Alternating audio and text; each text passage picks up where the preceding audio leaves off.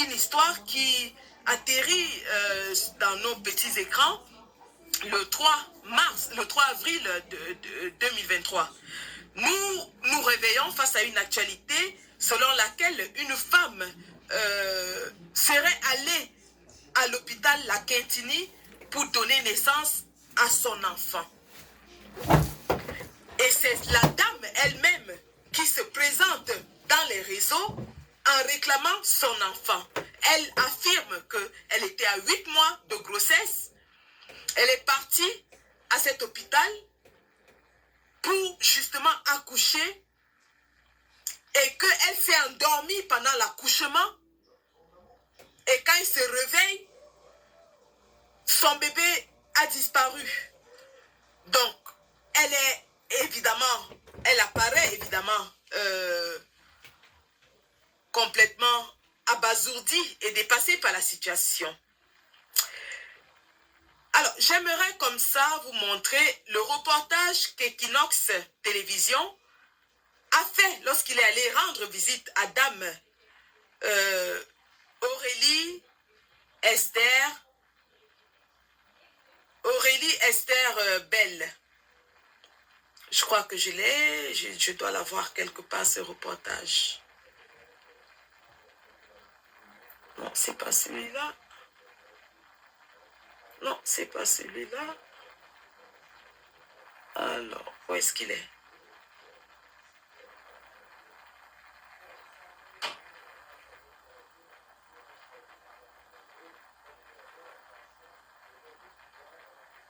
Un instant, je l'ai quelque part. Alors, il est là.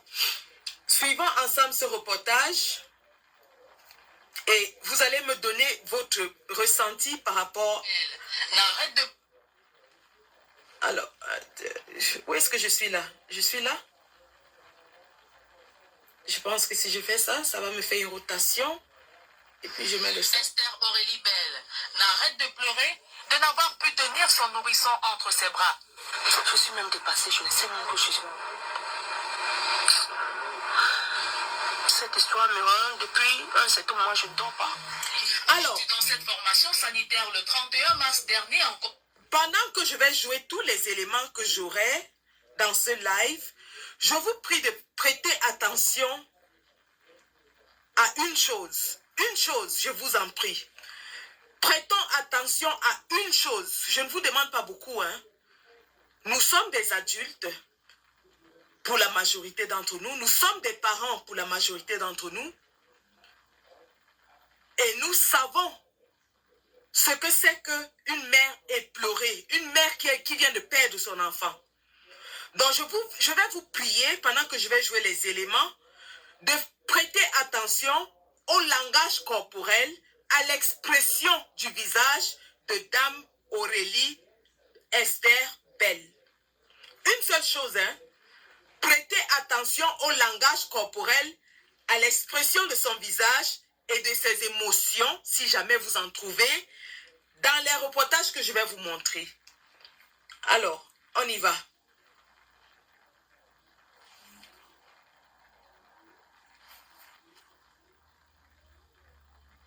Sortie de l'hôpital La Quintini où elle a perdu son bébé dans des circonstances troubles. Esther Aurélie Belle n'arrête de pleurer de n'avoir pu tenir son nourrisson entre ses bras. Je suis même dépassée, je ne sais même où je suis. Cette histoire me rend depuis un certain moment, je ne dors pas. Rendue dans cette formation sanitaire le 31 mars dernier en compagnie de son fiancé, sa belle-sœur et sa mère. Esther Aurélie Belle, tombée dans un coma, se réveillera toute déçue de la disparition du bébé qu'elle a porté 8 mois dans son sein et enfanté, comme l'atteste le rapport de l'infirmière dans son carnet médical. Je n'ai pas vu l'enfant. Le problème est qu'elle ne m'a pas montré l'enfant. Je ne sais pas si l'enfant était vivant ou si l'enfant était mort. Ou j'avais fait quel sexe, je ne sais pas. Elle est venue, elle m'a nettoyé. Je reste tranquille. Je lui dis, qu'est-ce qui se passe? Elle ne me répond pas. Qu'est-ce qui se passe? Elle ne me répond pas. Alors, notez aussi que dans ce reportage, vous avez des échographies. Notez bien cela, hein. L'importance de ces détails, on va développer.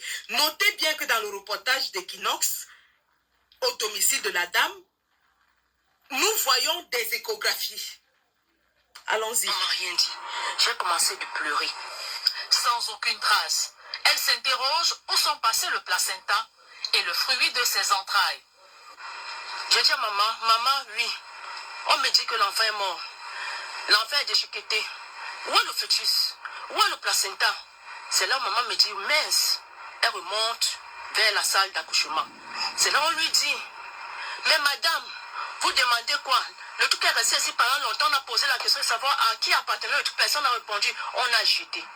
Elle dit carrément que c'est la stagiaire qui a pris l'enfant à aller jeter dans le vidoir. C'est pas possible. Elle a jeté l'enfant dans le vidoir. Qui est le stagiaire qui a jeté l'enfant dans le vidoir? Elle ne parle pas. Perdue dans les spéculations douloureuses d'une mère qui a porté un fœtus sans voir à quoi il ressemble à la naissance. Esther Aurélie Bell n'est pas convaincue des explications des infirmières et de la mise au point du professeur Noël Essomba, le directeur de l'hôpital à Kentini. La jeune dame concernée, arrivée pour menace d'avortement tardif inévitable, a expulsé un fœtus non viable. Il parle de quel avortement? J'ai appris ça aujourd'hui, mais j'étais... Menace d'avortement tardif. Est-ce que vous entendez ça? Le directeur de l'hôpital, dans son premier communiqué, parle d'une menace d'avortement tardif. Allons-y. Ils veulent camoufler l'histoire comme ça, là, tout en bas. Parce qu'après, ils sont venus me demander pardon. L'autre, la sage-femme, Fahim, elle est venue, elle me dit qu'elle veut m'injecter. C'était ma vie qui était en jeu hier. Voilà pourquoi je suis sortie de l'hôpital. Disant que c'est le directeur qui a demandé qu'on vienne me prendre l'injection. On vient m'injecter. Pourtant, Alors, Madame Esther Bell, dans ce reportage, dit que elle s'est réveillée, il n'y avait pas de fœtus, il n'y avait pas l'enfant. Donc, le fœtus était déjà expulsé. Et que après cela, après que le fœtus soit expulsé, on a voulu l'injecter. Et elle dit que c'est le directeur de l'hôpital qui aurait ordonné qu'on l'injecte. Elle le dit, hein. Elle parle de se réveiller et il n'y a plus l'enfant et d'une injection. Donc, l'injection vient après que l'enfant soit parti. Allons-y. Continuons. Ces gens nous prennent pour des cons. le directeur n'était pas au courant de ça. Voilà pourquoi je sors de l'hôpital.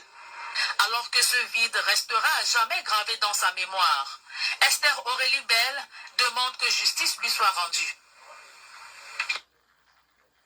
Voilà. Donc ça, c'est le reportage d'Equinox au domicile de la dame. La dame, par ailleurs, dit même que c'est à cause de cette injection qu'elle a préféré rentrer chez elle. D'accord?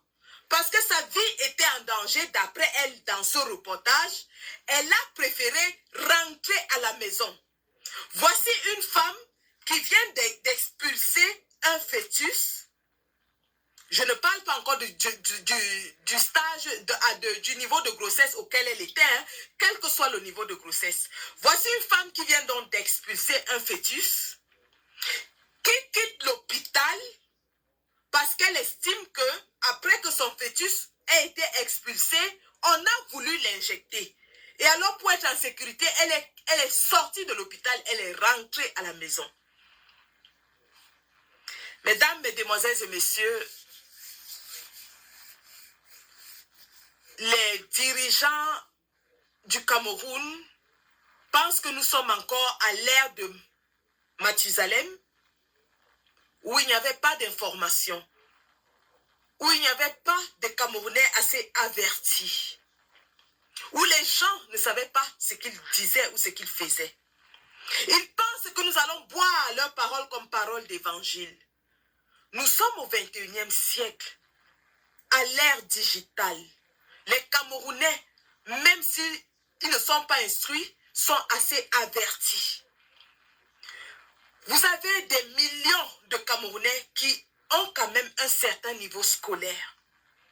Vous avez des dizaines de milliers de Camerounais qui exercent dans la profession des métiers de la santé. Au Cameroun comme à l'étranger. À un moment donné, il faut arrêter de prendre des Camerounais pour des gourdes. À un moment donné, il faut arrêter. Maintenant, ça c'était le reportage d'Equinox. Il y a 48 heures, hein? Il y a 2 jours. 48 heures. Nous sommes le 4 avril 2023. 48 heures. Hier, dans l'émission Droit de réponse, un avocat s'est constitué partie de cette dame et il a offert ses services gratuitement. Il offre ses services gratuitement et sur le plateau de télévision, il affirme qu'au vu des documents que la femme lui a donnés, lui a remis, qu'il a vus, les carnets de consultation, les carnets de suivi médical, et au vu de son récit et du récit de la famille, l'avocat dit hier qu'il est confiant qu'il va gagner ce cas et qu'il donne d'ailleurs, hier soir sur Equinox, il a donné 24 heures à l'hôpital La Quintini pour produire soit le cadavre du nourrisson, soit le nourrisson en vie. Nous sommes hier soir sur Equinox. L'émission est encore à disposition. Vous pouvez retourner, regarder pour votre propre référence.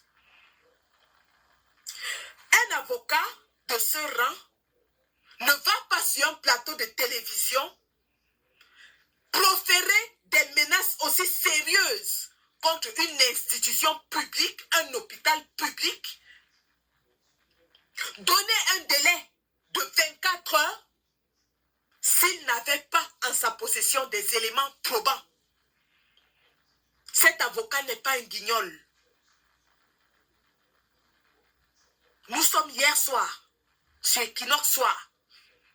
Il dit et il répète en anglais qu'il donne 24 heures à l'hôpital La Quintini pour produire soit le cadavre du nourrisson, soit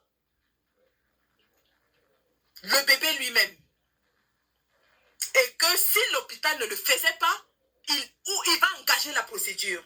Puisque hier soir, sur le plateau de télévision, nous apprenons que le gouverneur de la région du littoral a instruit une enquête administrative pour établir la vérité sur ce qui s'est passé dans cet hôpital. Donc jusqu'à hier soir, il était question qu'une enquête administrative soit ouverte et que les responsabilités soient établies. Lorsqu'on parle du gouverneur, on parle du représentant du chef de l'État dans la région. Nous sommes hier soir, sur la chaîne camerounaise la plus suivie dans toute l'Afrique centrale. Hier soir. Nous sommes hier soir.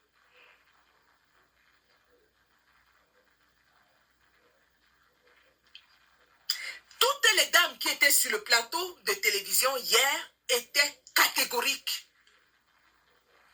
Le cadavre doit sortir ou alors on remet le nourrisson à cet enfant, à cette femme. Nous sommes hier soir. Une enquête administrative a été instruite, comme d'habitude. Et l'avocat hier soir disait que lui n'aura pas la patience d'attendre une enquête administrative parce qu'on sait comment les enquêtes administratives finissent au Cameroun. Il a même cité l'affaire de Martinez Zogo où le président de la République a demandé que la vérité soit établie et nous sommes déjà à 3 mois. Il n'y a aucune personne n'est accusé du meurtre de Martinez Zogo. Il a pris cet exemple hier soir sur ce plateau de télévision.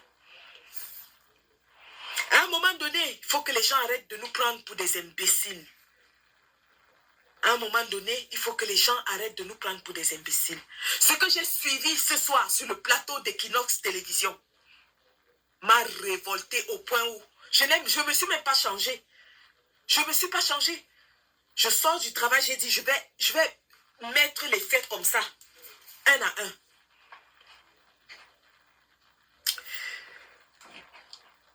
Alors, revenons sur les faits.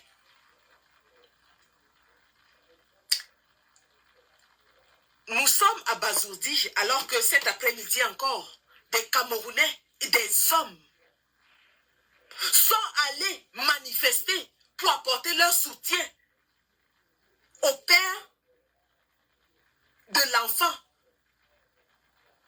qui serait normalement abattu, effondré. La toile s'est embrasée, tout le monde demandait qu'on remette au moins le placenta. Nous sommes des Africains. Nous avons nos us et coutumes.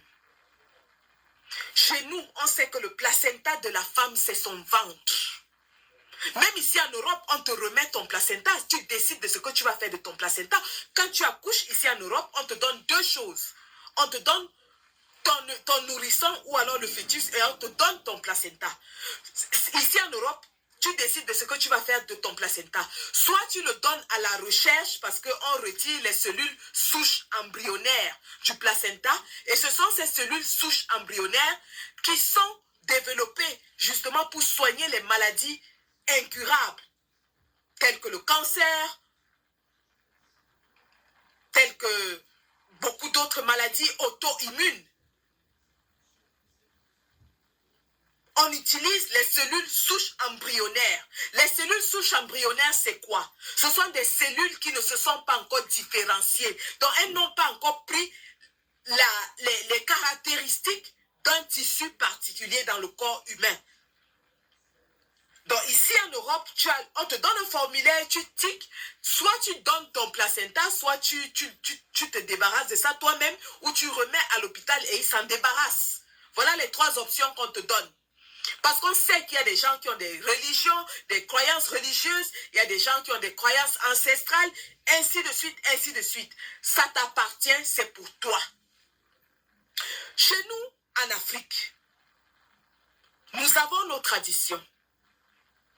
En général, chez les Bantous, c'est la famille de la femme qui récupère le placenta et va l'enterrer. Parce que le placenta, dans nos us et coutumes, dans notre imaginaire, le placenta représente la fertilité de la femme, le ventre de la femme. Chez nous, on dit qu'on gâte le ventre de la femme parce que quelqu'un peut prendre le placenta et il s'en va faire des pratiques et il bloque les accouchements. Donc, c'est un produit absolument nécessaire. Lorsqu'une femme va donner naissance dans un hôpital, on lui remet son placenta. À elle maintenant de remettre son placenta à sa maman si elle est en vie, à sa grand-mère si elle est en vie, à sa famille maternelle afin qu'elle en fasse bon usage pour la postérité de leur propre famille. De la même façon que le placenta est remis à la famille de la femme, le cordon ombilical du bébé, du nouveau-né, lorsqu'il tombe, on le remet à la famille du père de l'enfant. Parce que ça, c'est l'origine, c'est comme on appelle ça, la tige, c'est la tige de l'enfant. On le remet dans la famille paternelle et eux, ils vont l'enterrer soit au village, soit derrière la maison, ainsi de suite. Donc, ce sont nos coutumes africaines. Dans nos hôpitaux, on remet ces produits aux ayants droit, c'est-à-dire à la dame qui a accouché et à elle d'en faire bon usage avec sa famille et ses relations. Voici donc une femme qui, jusqu'à hier, nous disait qu'elle était à 8 mois de grossesse. Elle était à 8 mois de grossesse. D'ailleurs, l'histoire nous dit qu'elle est passée par 2 formations hospitalières avant d'atterrir à la Quintini. Elle atterrit à la Quintini justement parce qu'elle est passée par 2 formations hospitalières où il n'y avait pas de couveuse. Et on l'a conduit à la Quintini parce que justement, il y a des couveuses. La maternité de l'hôpital de la Quintini, je la connais. Si je peux encore m'en rappeler, hein, il y a une vingtaine d'années, j'avais 20 ans. J'ai donné naissance à mon premier enfant à la maternité de l'hôpital La Quintini. J'étais à 7 mois de grossesse, 28 semaines. À 7 mois de grossesse, j'ai fait un placenta prévia. Le placenta prévia, c'est lorsque pendant la grossesse, le placenta normalement devrait être au-dessus du fœtus. De manière à ce que lorsque vous êtes prête à accoucher, c'est le fœtus qui sort d'abord et le placenta sort en deuxième lieu. Donc, normalement, pendant le développement de la grossesse d'une femme, le placenta devrait être au-dessus du fœtus. Mais dans le cas du placenta prévia, le fœtus se retourne et le placenta descend en bas dans les voies basses de la femme. Et en général, dans ces cas-là, donc, ça cause un saignement.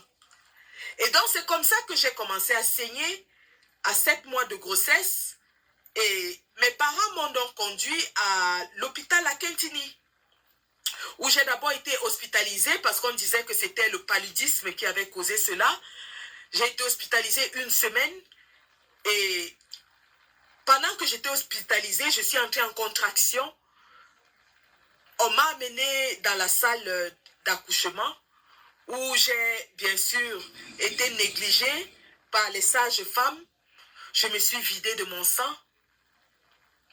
Et il a fallu la dextérité d'un médecin stagiaire pour me sauver la vie. Je ne peux plus me rappeler du nom de ce médecin parce que mes carnets étaient restés au Cameroun. Mais je lui dois ma vie à ce monsieur. Je ne sais pas s'il se reconnaîtra un jour. J'ai donc donné naissance à un enfant prématuré. Et vous savez, les prématurés, leurs organes vitaux ne sont pas encore bien développés. C'est la raison pour laquelle on les met dans des couveuses, le temps justement pour eux, pour les organes de maturer afin qu'ils puissent grandir normalement. Mon fils a fait 2 semaines dans la couveuse, 2 semaines pendant lesquelles je l'ai allaité, je m'en suis occupée comme d'une mère qui a son nouveau-né. Malheureusement, puisque les couveuses à l'hôpital à Kentini étaient partagées, un bébé qui était mitoyen au mien a fait une pneumonie qui a contaminé mon bébé et les 2 bébés sont morts. C'est comme ça que je perds mon premier fils à l'âge de 20 ans à l'hôpital La Kentini. Donc c'est un processus, je suis passée par là, je sais, et je mettrai ma main au feu que les choses n'ont pas beaucoup changé entre-temps. Madame Aurélie Esther Bell nous dit encore jusqu'à hier soir qu'elle est allée à l'hôpital parce qu'elle allait donner naissance et qu'elle était à 8 mois de grossesse. Dans le reportage d'Equinox qui est fait chez elle hier ou avant-hier, cette dame a présenté ses échographies, elle a présenté ses carnets, son dossier médical. Les journalistes d'Equinox sont assez avertis pour savoir lire l'écriture médicale. Est-ce que les journalistes d'Equinox ont ouvert le carnet et ils ont vu grossesse de 6 mois et ils ont fait un reportage en disant que c'est la grossesse de 8 mois? Point d'interrogation. Est-ce que l'avocat qui hier encore sur le plateau d'Equinox vomissait le feu contre la Kentini avait vu dans le carnet qu'on lui a présenté que c'est une grossesse de 6 mois et il a pris sur lui de défendre cette femme sachant que c'est une grossesse de 8 mois? Point d'interrogation. Il y a quand même beaucoup d'incohérences dans cette histoire. Bon Dieu. Alors, revenons sur le processus de la grossesse d'une femme. Je vais vous parler ici en tant que femme qui a accouché 4 fois dans sa vie. J'ai fait 4 grossesses. J'ai donné naissance 4 fois. Donc, je connais le processus de la grossesse en tant que femme, sans d'abord même parler de mon instruction de biologiste et aussi ma profession d'infirmière. Et pas seulement qu'infirmière. Aujourd'hui, je suis infirmière en gynécologie. Donc, lorsque je vais vous parler de la grossesse, je parle avec ces 3 casquettes. la casquette d'une femme qui est passée par ce processus 4 fois, la casquette de quelqu'un qui a étudié la biologie jusqu'au niveau universitaire, et la casquette de quelqu'un qui pratique les sciences infirmières sur les femmes enceintes. J'ai ces 3 casquettes lorsque je m'adresse à vous ce soir. Et je m'adresse à vous en sachant que parmi vous, il y a des médecins qui me suivent. Il y a des infirmières qui me suivent. Il y a des sages-femmes qui me suivent. Il y a des gynécologues qui me suivent. Vous allez me corriger et me rectifier si je commets une erreur. Donc, de prime abord, je sais que mon public ce soir n'est pas un public qui n'est pas avisé. Parmi vous, il y a des femmes qui ont accouché, qui savent ce que c'est. Alors, parlons du processus de grossesse d'une femme. Quand on va parler de grossesse, on parle de grossesse sur 2 aspects. L'aspect psychologique et l'aspect biologique. L'aspect psychologique. Lorsqu'une femme tombe enceinte, il y a 2 options. Soit cette femme a souhaité tomber enceinte, donc elle veut un enfant, elle calcule sa période et elle se met en relation avec son partenaire pendant qu'elle est en période féconde. C'est une grossesse désirée. Soit une femme tombe enceinte de façon involontaire, ça veut dire que elle peut connaître son cycle, mais elle se perd dans ses relations parce qu'elle est peut-être emportée par la passion. Ça veut dire qu'elle ne se protège pas. Soit elle ne connaît pas exactement son cycle et elle s'en va avoir des relations à un moment où elle est féconde et elle tombe enceinte sans le vouloir. Donc de toutes les façons, il y a 2 types de grossesses. Les grossesses volontaires, les grossesses désirées et les grossesses non désirées. Donc, et c'est très important pour la psychologie de la femme. Alors, et même de l'homme aussi, et même de l'homme, parce que c'est une affaire de 2 personnes. Lorsque c'est une grossesse désirée, ça veut dire que les 2 partenaires sont tombés d'accord sur le fait qu'ils veulent faire un enfant et ils engagent le processus de faire un enfant. Ça veut dire qu'ils prennent des dispositions pour faire un enfant. Pour faire un enfant, ça peut vous paraître très facile pour ceux qui sont encore en pleine dans leur fécondité, mais pour beaucoup de personnes, ce n'est pas aussi facile que cela.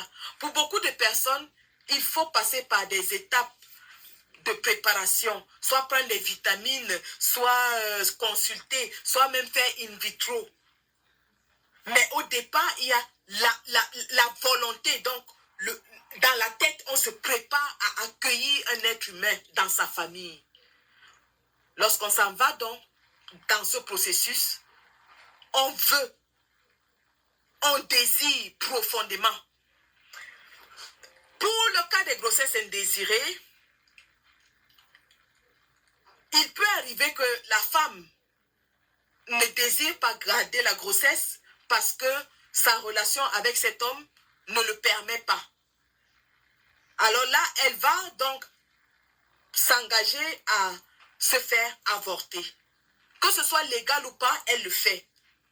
Ou alors, elle décide de garder l'enfant malgré que sa relation avec le père de l'enfant, père biologique de l'enfant, ne soit pas claire. Et dans ce cas, à partir du moment où elle décide de garder l'enfant, elle rejoint celle qui a voulu l'enfant dès le départ. Ça veut dire que psychologiquement, elle est prête, elle accepte, elle se prépare à accueillir un être humain dans sa vie. Et lorsqu'une femme est déjà dans ces dispositions, elle rêve de son enfant. Elle pense à son enfant. Elle imagine son enfant. Elle commence même à penser à des noms. Nom de filles, nom de garçons. Elle commence à s'attacher émotionnellement à cette vie qui grandit en son sein. Évidemment, les premiers mois vont passer avec tout ce que ça comporte. Pour beaucoup d'entre nous, c'est vrai que ce n'est pas la vérité pour tout le monde. Ça veut dire les vomissements, les fatigues, le sommeil, ainsi de suite. Parfois, des petites maladies même. Donc, au début, elle passe à travers tout cela. Et elle supporte tout cela parce qu'elle sait qu'au bout de cela, il y aura son bébé ou ses bébés.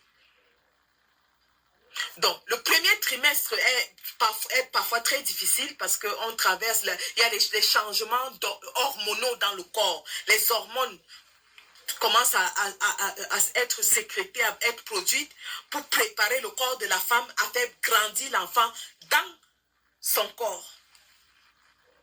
Le deuxième trimestre, donc, le premier trimestre, c'est du premier jour de la conception jusqu'au 3e mois. Alors, lorsque la femme constate qu'elle est enceinte, si elle désire garder cette grossesse, elle va vers une formation sanitaire où elle va dire qu'elle est enceinte et qu'elle a besoin d'un suivi. Évidemment, on va lui faire les tests préliminaires, ainsi de suite. Une fois les tests préliminaires faits et que c'est confirmé qu'elle est enceinte, on engage maintenant le processus d'encadrement de la grossesse qui passe par quoi? La prescription des vitamines, l'acide folique, le fer. L'acide folique, le fer, pour entretenir cette grossesse, pour permettre aux hormones de se produire normalement. Ici en Europe même, on t'envoie même parfois chez la nutritionniste qui te donne une nutrition appropriée pour la grossesse, le type d'aliments que tu dois manger pendant la grossesse. C'est vrai que chez nous, on n'a pas tous ces moyens-là.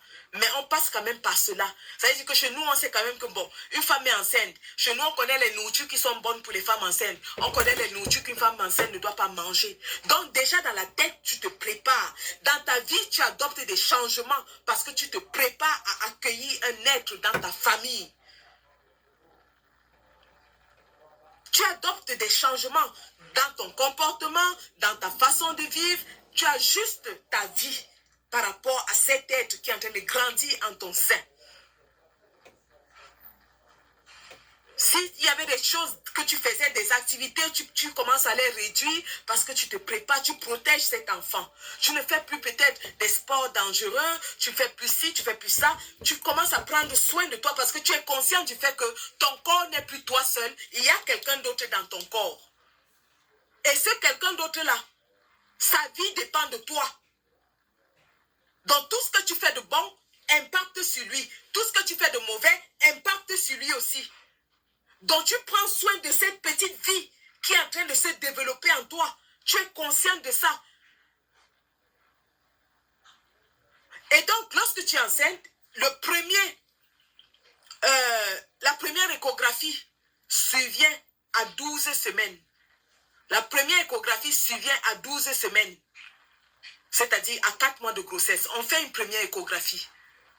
Cette échographie, évidemment, va déterminer dans quel endroit de l'anatomie féminine se trouve la grossesse. C'est-à-dire, est-ce qu'elle est dans l'utérus, est-ce qu'elle est extra-utérine.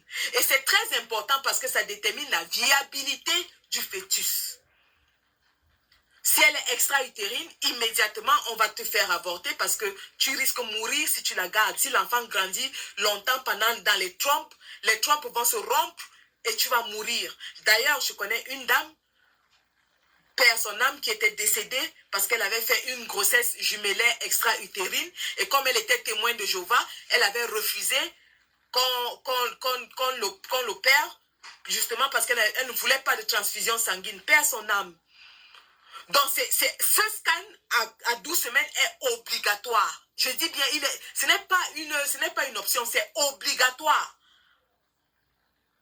Alors, cette échographie détermine la location du fœtus, le nombre même des fœtus, est-ce une grossesse unique, un fœtus unique ou alors gemellaire. L'échographie de 12 semaines nous donne déjà des indications là-dessus. L'échographie de 12 semaines aussi nous donne une indication sur la croissance du fœtus, sur le battement de cœur du fœtus. Vous avez toutes ces données-là. Et l'échographie de 12 semaines, qu'est-ce qu'on fait à l'échographie de 12 semaines? On mesure aussi la taille du fœtus. Et c'est à partir de cette taille du fœtus qu'on estime à peu près l'âge du fœtus. Ça veut dire que si tu es une femme et que tu t'es trompée sur ta date de menstruation et tu es tombée enceinte, tu ne sais pas si c'était le mois dernier. Parce qu'il y en a, hein, il y a des femmes qui, étant enceintes, continuent d'avoir leurs règles. Donc, elle peut être enceinte et elle continue d'avoir des règles. Elle ne sait pas qu'elle est enceinte. Jusqu'à ce qu'elle soit peut-être au 4e mois ou au 5e mois. Et lorsqu'elle va donc faire cette échographie, on mesure la taille du fœtus. C'est avec cette taille qu'on estime, avec une approximation,